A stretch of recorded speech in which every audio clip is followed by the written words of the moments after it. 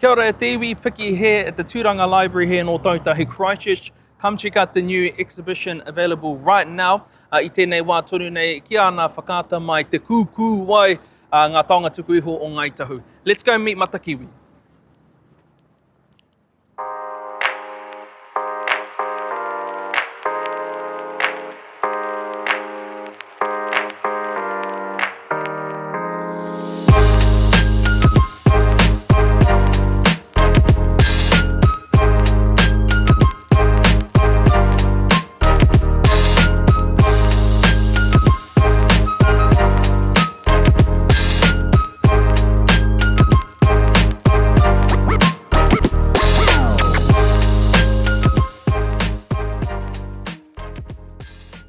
Mō reira, kōrero mai, whakamarama mai, hea tēnei taonga e whakātuhia nei.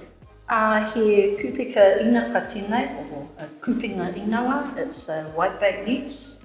The beauty of this is it's been made out of harakeke, probably raw strips of harakeke that have been whatu together or thrown together. It would have been placed by two poles on either side of it, and the water would filter through the net itself. And you can tell that it was used quite a bit because there's some damage to the nets. It's the fragility of it in different places. Now, how old is this taonga? Well, the net itself was gifted to the Canterbury Museum in 1939, but as I said, it was in use up until then in the Tuihui area in North Canterbury. So I would say that it's well over 100 years old.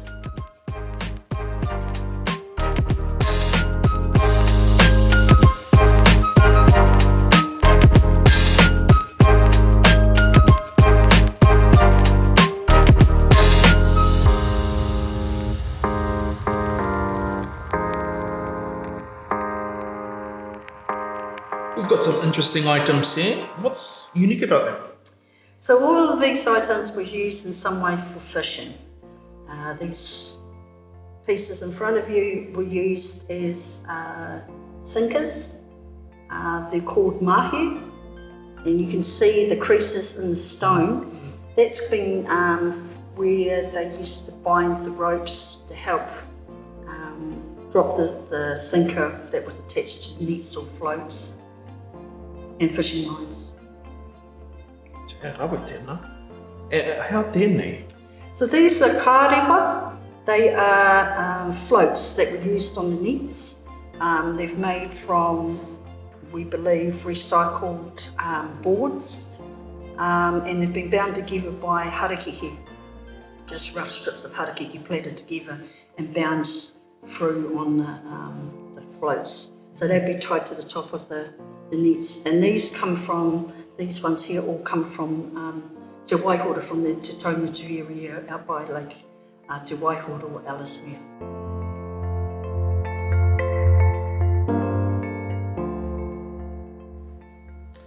Now I'm guessing these are fish hooks.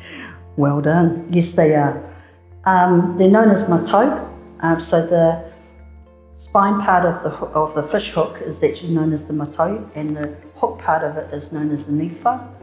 And when they're brought together in a museum context or an artefact context, they're known as a composite. So you can see over here with this one where it's been bound together using harakeke, probably fito, which is a prepared raw flax fibre, which has been plaited, bound, and then both the nifa and the matau and then the toto have all been bound together. The interesting thing about these matau is that our tipuna would find a young sapling that they believe would be ideal for it, usually of hardwood, and then they would shape it and grow it into this shape, these shapes. And then when the time was right, they would harvest it and prepare it so that it could be used for the matau.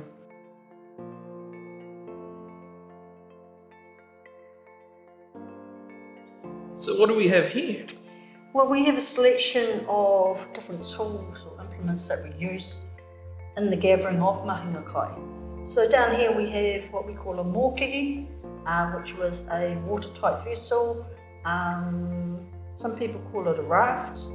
This one here is actually made out of korari, which is the flower stalk of the flax. And you can see the two different colours here. The lighter colour, that korari is over 20 years old, and this korari, the darker stuff, which is the normal colour, is actually it's about a year old, so it's just been replaced into it. The interesting thing about all of these things is that they would have been maybe used together or used separately. These pieces over here are known as pāringaringa or gaiters. Those that do hill climbing or mountain climbing will know them as gaiters. And they've basically been made from whito, which is unprepared fibre strands that have been extracted from the leaf, prepared, and then whatu, which is stitched together using a twisting mechanism, if you like, of weave, and that's bound it all together. And then they're made so that this little pit down the bottom will cover the bottom of your foot and then right up to your knee. And then you can see the little tassels there where they would be tied at the back. Now, not to forget your feet, you've got the paraido, which are the sandals. And these ones here have been made out of harakeke or New Zealand flax, but the best ones were made out of tikoko or cabbage tree leaves. Usually the green leaves, because they were more supple to weave, but they're also a lot more resilient. And there was usually a double layer of leaves woven together to make the thickness. Now, old people, when they were going on long voyages, would have several of these made up, and if they needed to, would stop on the way and make more. These two pieces here, one is a finely woven cord from the Wairewa area, and the cord itself has been twisted and bound together, and it's made of various fibres. And it's really quite impressive how long, but how thin it is. This piece, long rope looking piece over here, is made from whito, again from fibres extracted from the harakeke. And this piece here comes from, we know was made by a Miria Puhuriri, who was a tupuna from the Onuku area. The wharekai, the dining hall at Onuku, is actually named after this woman.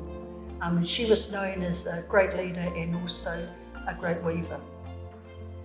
These pieces just here are little eggs, and they're from the ryebill, which the real cool thing about them is that the ryebill builds this little nest on the banks of the ashley of the Rakahuri, and she lays her eggs in that nest and then covers the stones with stones. So you can imagine as camouflage, these eggs sitting amongst stones would be pretty hard to find.